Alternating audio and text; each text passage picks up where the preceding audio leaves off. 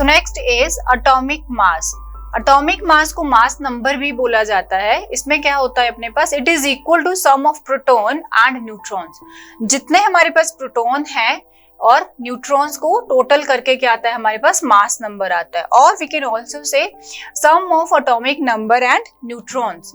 तो जैसे एग्जांपल ले रहे हैं, ऑक्सीजन की बात करें, oxygen has proton 8 and neutron 8।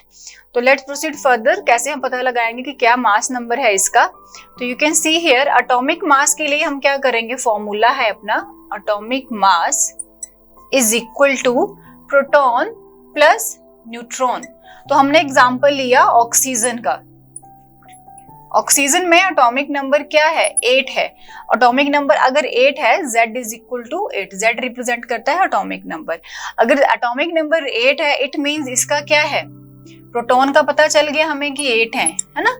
और न्यूट्रॉन भी कितने रहते हैं इसमें, 8 रहते हैं। सम टाइम अगर हमें नंबर ऑफ न्यूट्रॉन फाइंड करना होता है तो मास नंबर में से हम क्या कर देते हैं, उसके एटॉमिक नंबर को माइनस कर देते हैं, तो हमें न्यूट्रॉन्स का नंबर। क्वेश्चन आपको ऐसे पूछ जाते हैं कि how many electrons are there in this particular element, how many protons, how many neutrons. तो आपने ये फॉर्मूलाज अप्लाई करके उसको निकालना है। तो न्यूट्रॉन भी 8 है। अगर मास की बात करी जाए फिर क्या है, proton plus neutron, proton is 8 and neutron is also 8, तो मास इज 16। तो ऐसे हम निकाल सकते हैं with the help of this formula. या तो हम इसको प्लस कर लेंगे प्रोटॉन को, या डायरेक्ट एटॉमिक नंबर, ठीक है।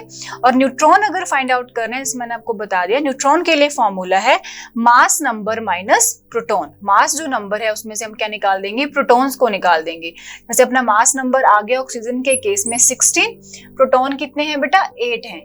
8 कितना आ गया number of neutron, 8 neutrons. Fine. तो these are the formulas for finding mass number and atomic number। और atomic नंबर को मास नंबर भी बोला जाता है, atomic मास को मास नंबर भी बोला जाता है।